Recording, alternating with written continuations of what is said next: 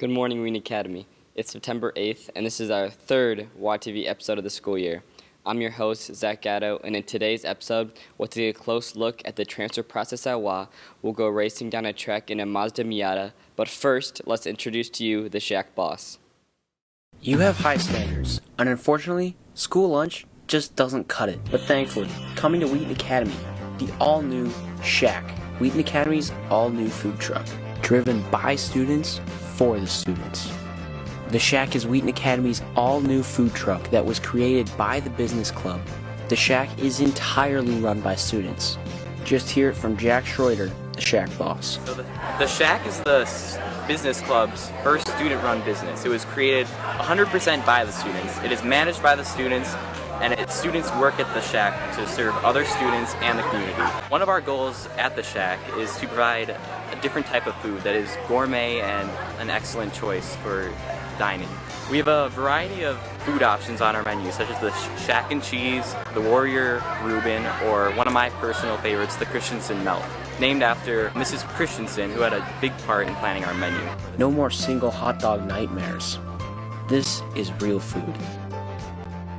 You no longer have to go off campus to get high quality food, because it'll be located in the Shack, right in the parking lot outside the atrium, right next to the tent.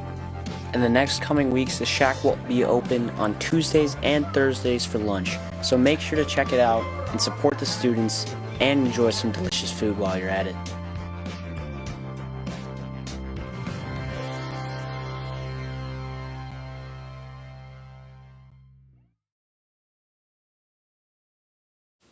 Let's catch you up on a few announcements. The Project 9 freshman and senior groups will be meeting in a week over lunch for the first time.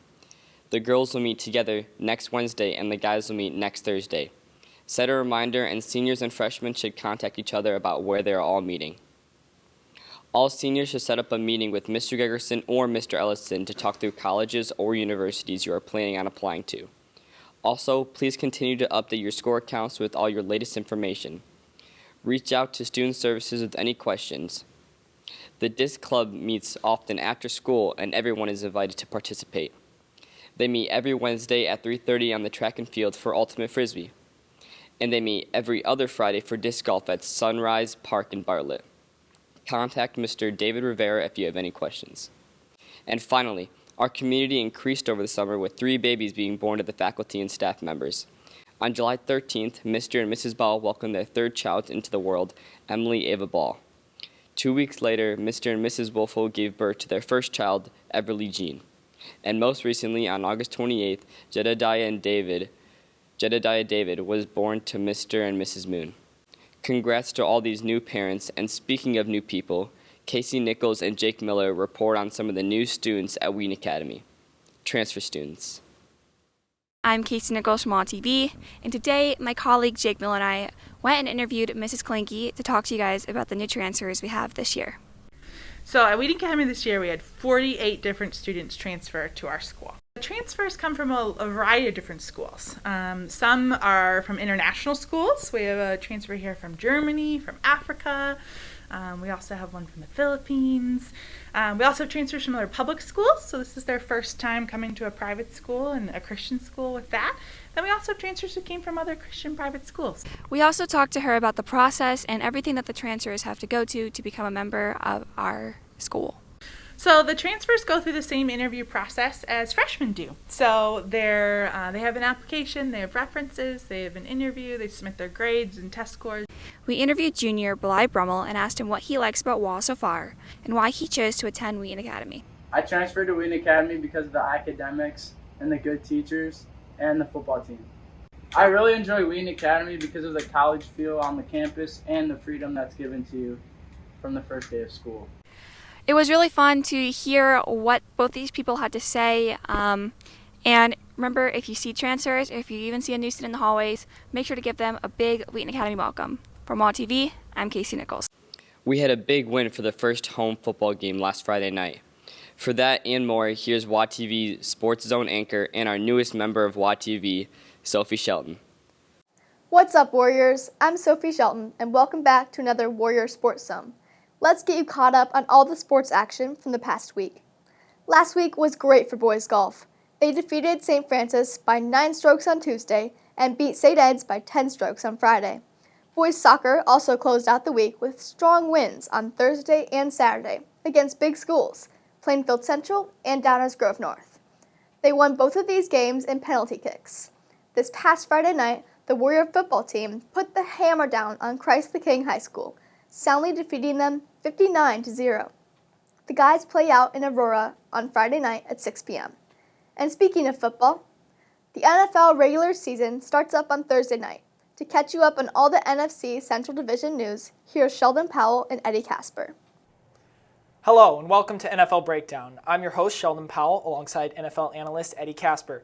Today I'll be giving a brief rundown of the NFC North and previewing their upcoming seasons, highlighting a few highs and lows for each of the 4 teams. Most notably the QB situation in Chicago. Will Rogers show why he is one of the best of all time, and is there a rebuild in the making for 2 of these teams? So let's jump right in.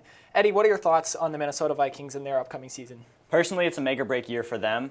They've had Kirk Cousins now for about 4 years, and it all depends on how well he performs. Obviously, he's coming off a Pro Bowl level season last year with 4,200 yards, 35 touchdowns, and only 13 interceptions. So if he keeps those numbers up, I don't see why they end up keeping him and going for a deep playoff run. Sure, and you talk about Mike Zimmer. He's been around with the team for a while, never gotten them to the next level of like a Super Bowl championship. So you got to wonder how long he's going to be left in Minnesota. Also, Vikings, they got a really tough schedule this year, 4th hardest in the league, playing the NFC West and the AFC North, 2 solid divisions. Moving on to the Detroit Lions, obviously big news with them is Matthew Stafford, Jared Goff trade with Los Angeles. Jared Goff coming in, I think it's a tough situation that he comes into, a depleted wide receiver group, losing Marvin Jones and Kenny Golladay this year. But if Goff can return to his 2018 form when he led the Rams to the Super Bowl, he had 4,600 yards, 32 touchdowns to only 12 interceptions. If he can return to that, I think there's a little bit of hope for the Lions. Let's transition now to the Packers. Obviously, a lot of talk surrounding this team with the whole Aaron Rodgers situation. You want to talk a little bit about that? Yeah, if Rodgers can come back and be the Aaron Rodgers that he was last year and put behind all the drama, I mean, you got to talk about this guy being one of the top quarterbacks of all time for sure. He already is, but it would help him a lot more. With his stats last year of 4,200 yards and 48 touchdowns and only 5 interceptions, I mean, if he can go anywhere near that, I don't see why this team doesn't end up running deep into the NFC Championship. Yeah, and another thing that would help them considerably is the defense.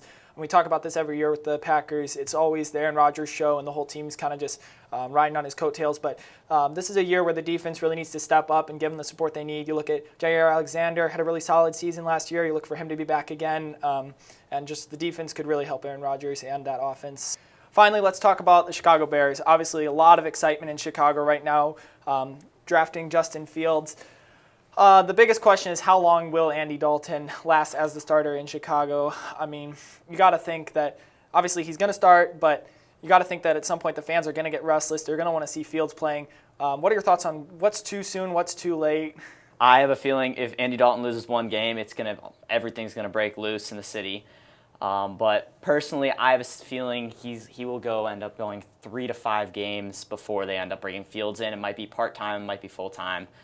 I couldn't tell you, but it's just going to be a hard time not letting Fields go in there. And you got to be cautious in this situation because you want your star quarterback of the future. You want him to get in the game and have the reps he needs. But that O-line in Chicago is not great, and you don't want him to see him go down with a career-ending injury. Yes, for sure. But let's talk also about Bears' new defensive coordinator. Tell us a little bit about that, Eddie. Yeah, so Chuck Pagano ended up retiring last year, and they promoted safeties coach Sean Desai to defensive coordinator. If he can come back and revive the Fangio level defense, this team is going to be a scary team defensively. The Monsters of Midway are going to be back. Yeah. And that's pretty much all we have today. Thank you for coming to NFL Rundown. Girls volleyball fell to Batavia this past week, but looked to bounce back Thursday against Ridgewood at home. We will be live streaming that game starting at 5:30 p.m. The girls' tennis team lost to Wheaton Warrenville South last Wednesday, which brought their record to 2-2. They play their next match at St. Charles East on Thursday. Last week, girls golf fell to 2-4 with 3 losses and a single victory over St. Ed's. They had the week off from match play. And finally, the cross-country team ran 2 races last week and had really good success this past Saturday in Oregon, Illinois. Out of 26 teams, the boys finished in 4th place and the girls finished in 3rd. The boys were led by Daniel Kersey with a time of 17:28 and Sheldon Powell finishing 1 second later. The girls had great performances by Lily Levo and Emma Chatfield, who finished in 8th and 10th place respectively. One quick JV note. Simeon Gabriel captured his first place finish of his career on Saturday. And speaking of racing, Wes Kersey and Tyler Abram caught up with sophomore Matt Novak about another kind of racing.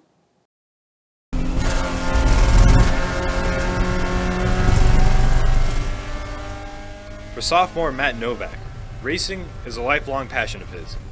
We sat down with him to talk about the experiences on the racetrack and his inspiration to compete.